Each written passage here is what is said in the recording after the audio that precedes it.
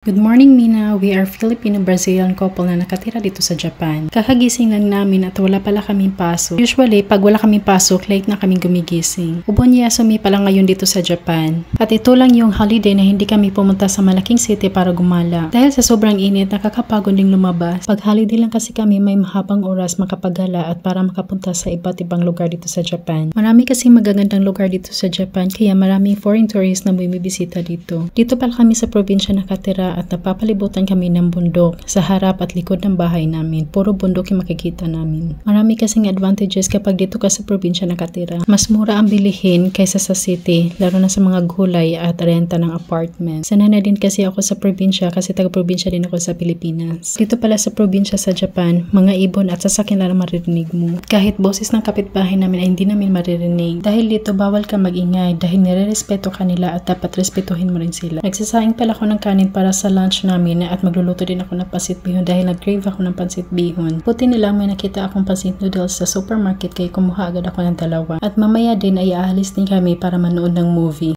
Nahiwa ko na lahat yung mga ingredients. Ito sibuyas, bawang, tapos pinalambot ko na to. Itong noodles na to pinalambot ko na sa tubig. Tapos meron tayong karne dito. Tapos ito yung carrots at saka repolyo natin. Tapos ito spring onion na hiniwa ko. Tapos sabi ko, isang pack lang yung pinalambot ko. Ito lang. Kaso medyo ano lang siya, konti lang siya.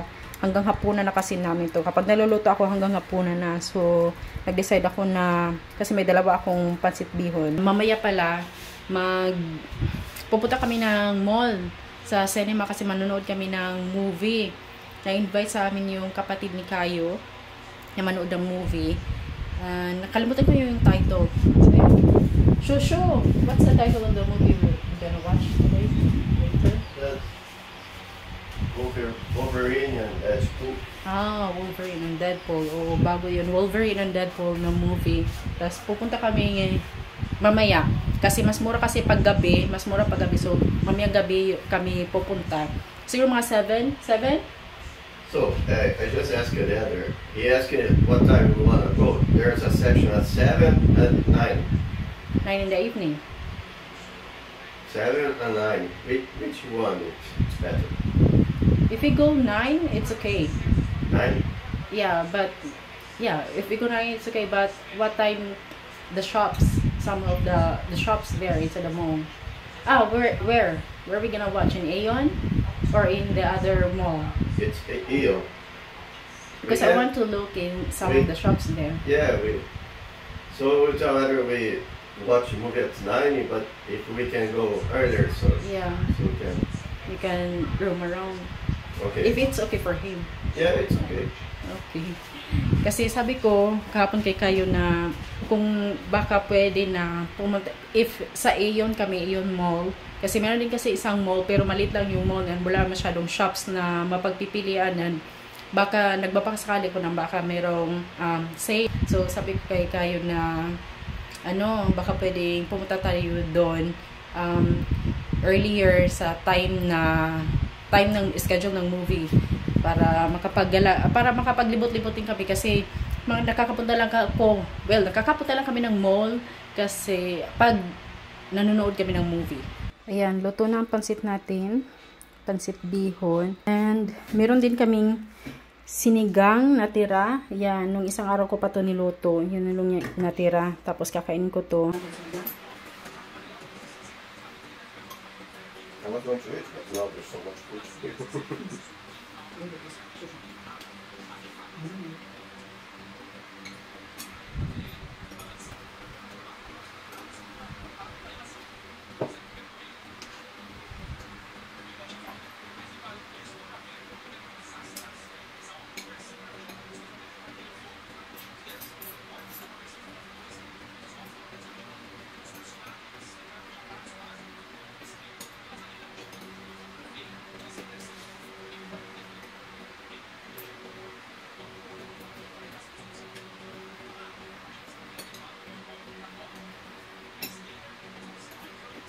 Tapos na pala kaming kumain and ito yung dessert namin, biko.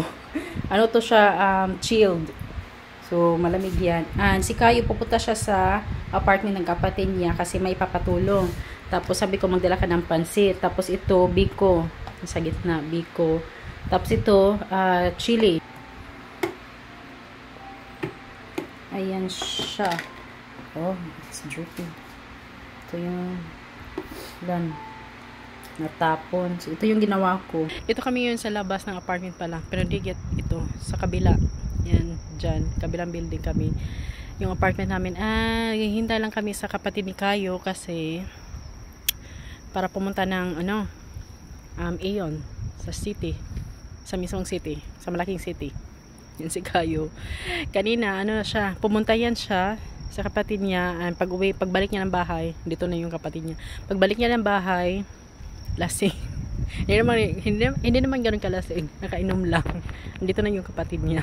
Nandito na pala kami sa Aeon Mall. Ang pagkapasok namin, nakita ko tong pet shop. Ang sobrang cute ng mga aso. Pero yung presyo sobrang mahal. Pwede na kami makabili nito ng 2 scooter dito sa Japan. At yung Pomerian na 550,000 yen ay almost 5 months na naming sahod yun. Kaya sobrang mahal talaga pag gusto mo magka-aso dito sa Japan. Sobrang cute kasi nila kaya magugustuhan talaga to ng mga bata. Kaya hanggang tingin na lang ako dito. Nung bagong dating ako dito sa Japan, naglakad-lakad kami sa park at sobrang daming cute na mga aso. Nagpa-picture pa nga ako nung time na yon. At buti na lang mga mababait yung may-ari kaya pinayagan ako magpa-picture sa mga aso nila. Dito sa Japan, umaga at hapon pala nila pinapalakad yung aso. Lagi nilang pinapalapas para makapupo at makaihi din. And mostly sa mga matatanda dito ay may mga aso para may kasama sila sa paglalakad. Tulog yung dalawa.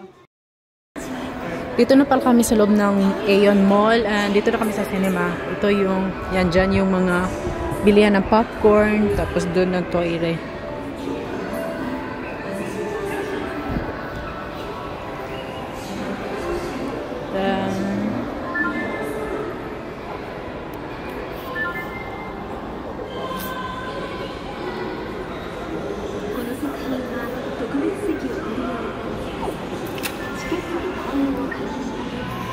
Do you prefer E or J?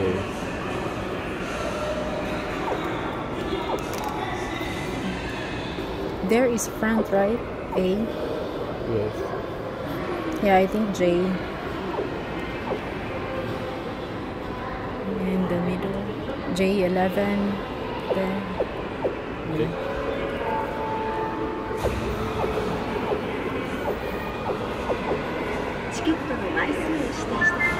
Wait, it's 5.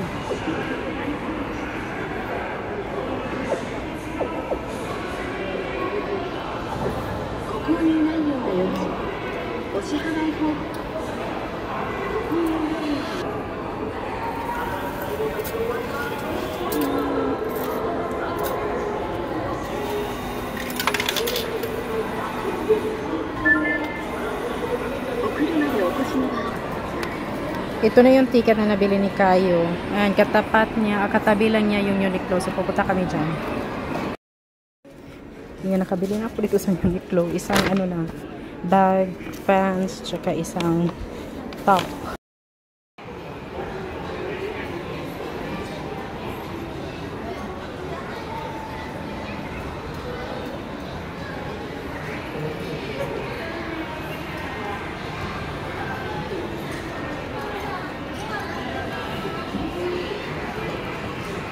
(9:10) pa yung start ng movie.